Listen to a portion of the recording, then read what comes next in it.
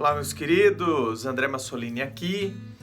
Esse é o nosso canal secundário, onde eu faço algumas reflexões. Agora em 2021 eu coloquei como proposta e propósito de voltar a postar vídeos pelo menos 2 vezes por semana, às terças e quintas.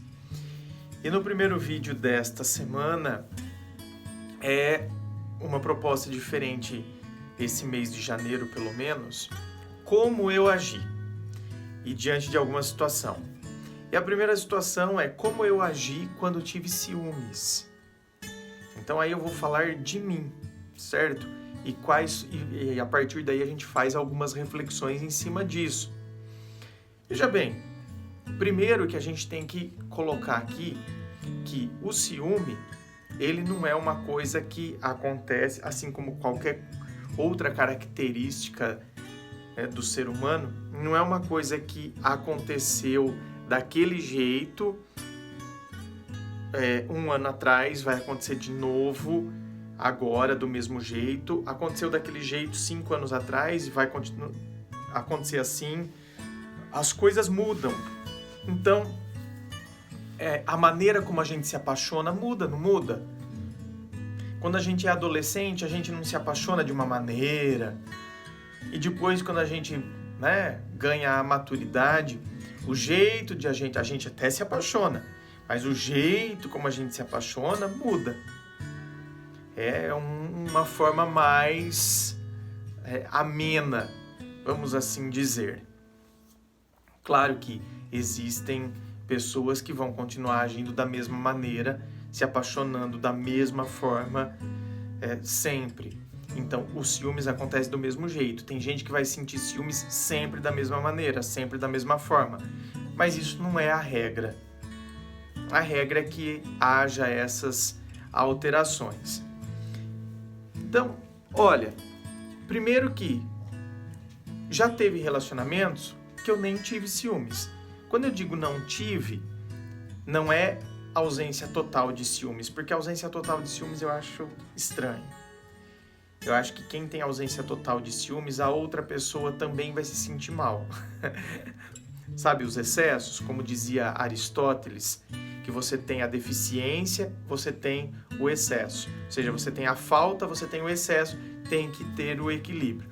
Então, a deficiência seria a ausência total de ciúmes.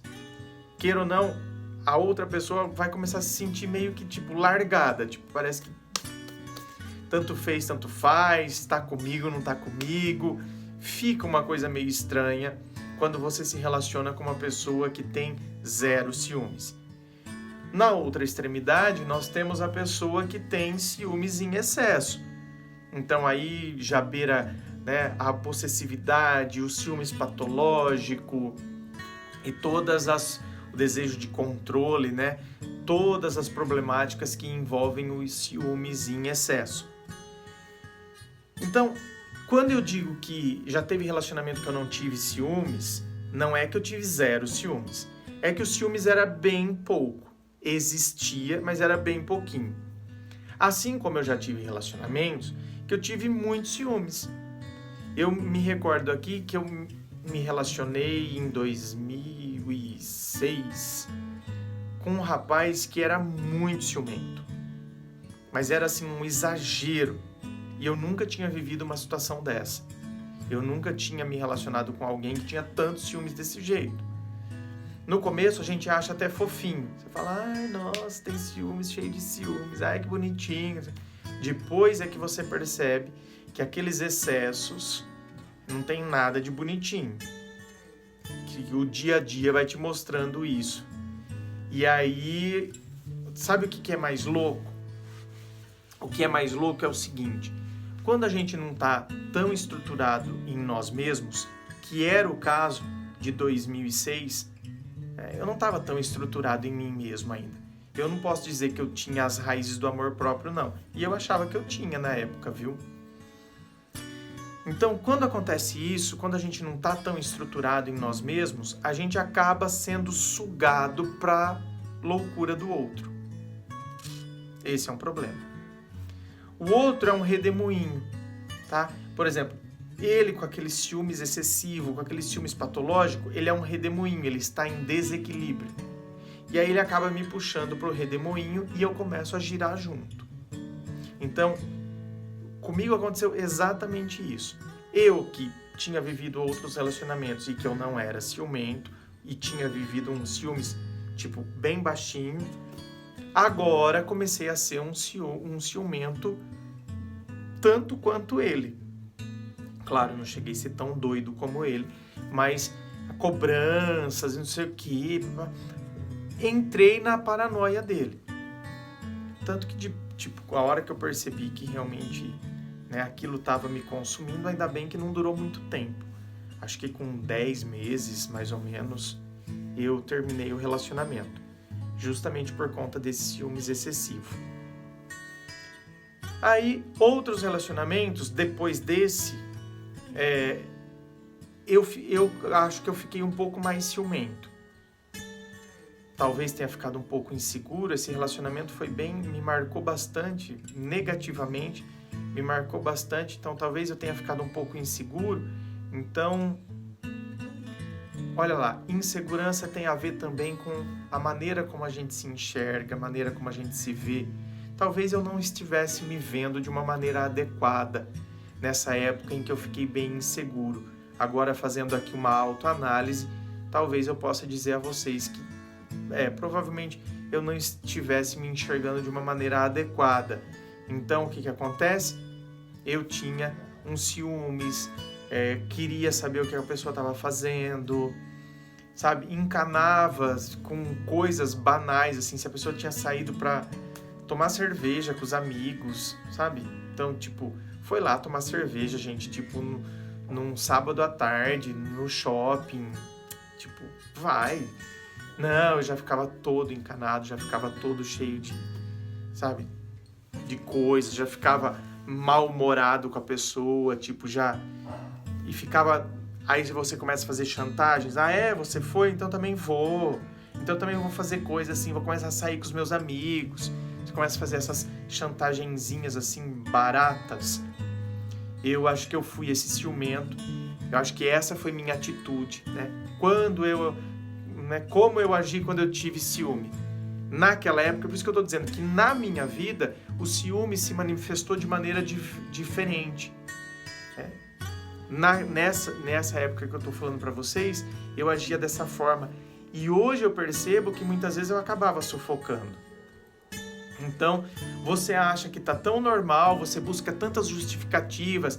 Não, por causa disso, porque isso, porque isso, porque... Você busca justificativas para legitimar a sua cobrança, para legitimar o porquê que você está ali, o porquê que não sei o quê. E você não percebe que você está sufocando a pessoa. Então, provavelmente, eu agi desse jeito também. Provavelmente não, eu agi desse jeito. Tá? Não vou colocar provavelmente aqui como se fosse minimizar a coisa, não. Eu agi desse jeito. Até que chegamos, então, vamos colocar aqui como se fosse as fases, né? Assim como a gente vê, às vezes, na história da humanidade. Até que eu cheguei na fase atual, que é a fase que eu estou vivendo hoje, que para mim, olhando para a minha própria história, eu vejo que é a melhor fase. Por que é a melhor fase? Porque hoje eu percebo que eu estou bastante enraizado em mim mesmo. Quando você se enraiza em você mesmo, você para de ligar para a opinião dos outros, você para de se comparar com os outros, você passa a se valorizar, você começa a se perceber, você começa a se enxergar. Consequentemente, você vai afastando a insegurança.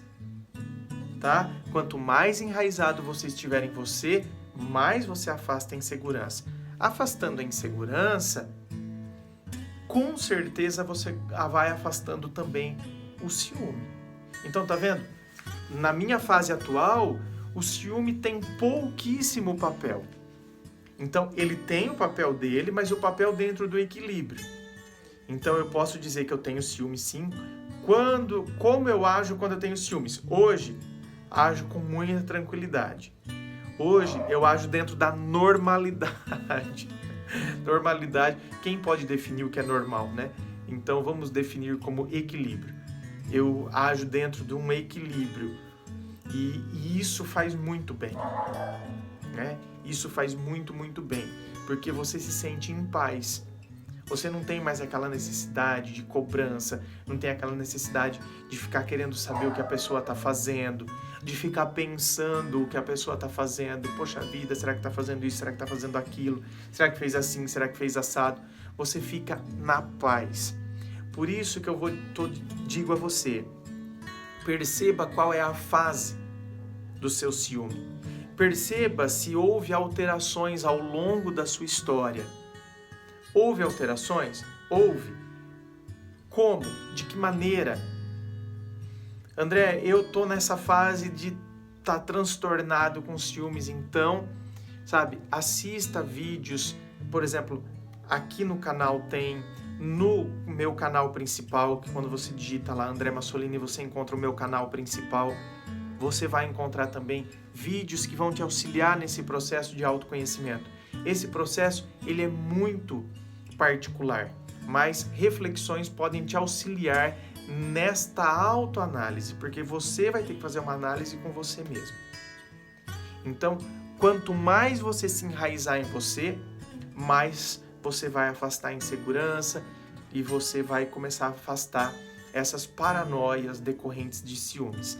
Claro, você precisa também se relacionar com uma pessoa que demonstre que você pode, pelo menos, confiar nela.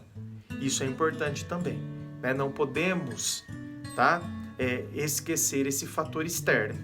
Estarmos bem conosco mesmo é um princípio primeiro, mas a gente tem que analisar muito o fator externo também. Uma pessoa que vive com coisas assim, tipo, sabe, que você percebe claramente que a pessoa está escondendo coisas, que a pessoa inventou uma história, inventou uma desculpa, falou uma coisa, fez outra, você diz, pô, aí fica realmente complicado, né? Então, o fator externo, ele realmente pode também influenciar na maneira como você age em relação a esses ciúmes aí, certo? Então, faça esta autoanálise a partir da sua história.